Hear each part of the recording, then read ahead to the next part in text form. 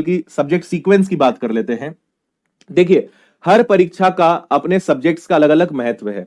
देखो, आपको एक बात समझनी है, ये फंडा एकदम क्लियर होना चाहिए कि ये दो ऐसे विषय हैं इन सभी विषयों में जिनमें आप 100% मार्क्स ला सकते हो। ठीक है, कितना भी पढ़ने वाला हो, कितना भी टैलेंटेड हो, इन चार विषयों में कोई गारंटी नहीं कि वो 100% मार्क्स ले आए। सारे एग्जाम्स में दो ही विषय ऐसे हैं जिनमें आप 100% मार्क्स ला सकते हो, जितना है उतना ही ला सकते हो। ठीक है, इतनी बात क्लियर है। तो आपका पहला टारगेट यह होना चाहिए कि भाई हमें इन विषयों को अच्छा करना है ना।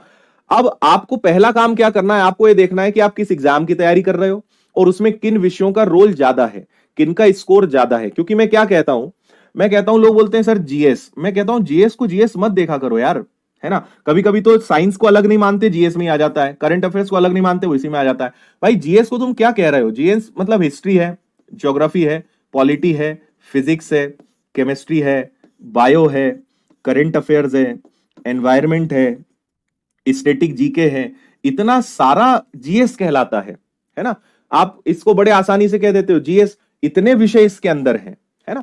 तो आपको पहले तो यह देखना है कि किस सब्जेक्ट से ज्यादा प्रश्न पूछे जाते हैं, किसका परीक्षा में ज्यादा महत्व है, उसके हिसाब से हमें चीजों को तय करना है ना। तो मैं फिर कह रहा हूं कि आप जीएस में, इंग्लिश में, साइंस में, करंट अफेयर्स में, स्टैटिक जीके में कितना भी पढ़ ले, 100% सिलेबस में से ही आ जाए बिल्कुल तय नहीं है।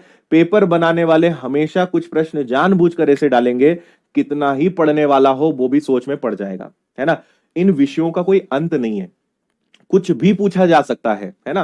भाई आपने किसी राजा महाराजा के बारे में खूब पढ़ के चले गए, भाई जीके तो जीके है ना। फलाने राजा ने जो जीवन भर अपने गले में एक हार पहना, उसमें मोती लगा था, उसका वजन कितना था।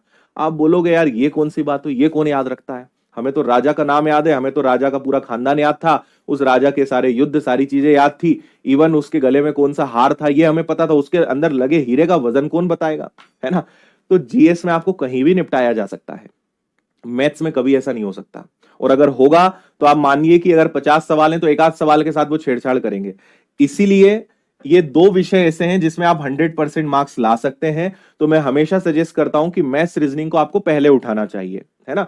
इन पर काम करिए, और जीएस में या इंग्लिश में आप इनमें से कोई एक या दो विषय चुन लीजिए। सारे विषयों पे एक साथ नहीं कूद पड़ना है, एक बार में दो चार विषय ही आपको टारगेट करने हैं। जब उनमें से कुछ हो जाए तो नया विषय उठाना है। क्लास अच्छे से अटेंड करिए, क्लास अच्छे से अटेंड करो, लेकिन मैं बात कर रहा हूं सेल्फ स्टडी की। क्लासेस तो आपको सारी पढ़ना है, ऐसा नहीं कि अब ये नहीं है तो कल से क्लास अटेंड करना बंद।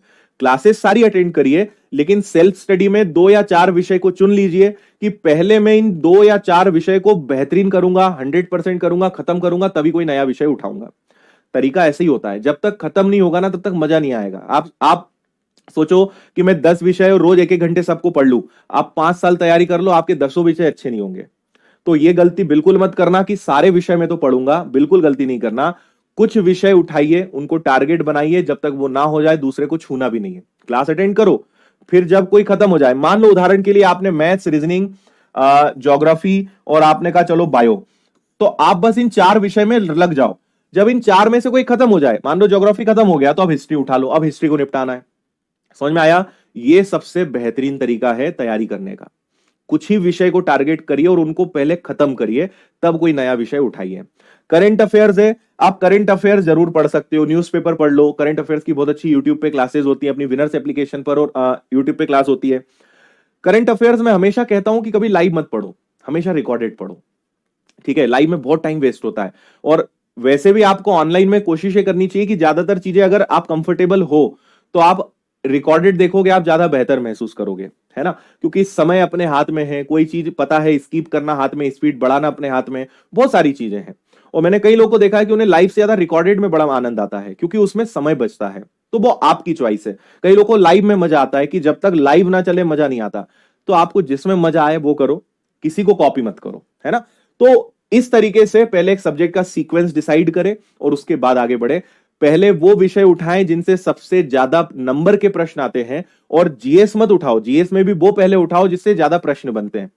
तो मैंने हर परीक्षा के बारे में बताया ही हुआ है कि किसमें क्या क्या विषय आते हैं और कौन से प्रश्न ज्यादा आते हैं, वो उठाइए, है ना। और मैथ्स रीजनिंग पे सबसे ज्यादा काम करिए।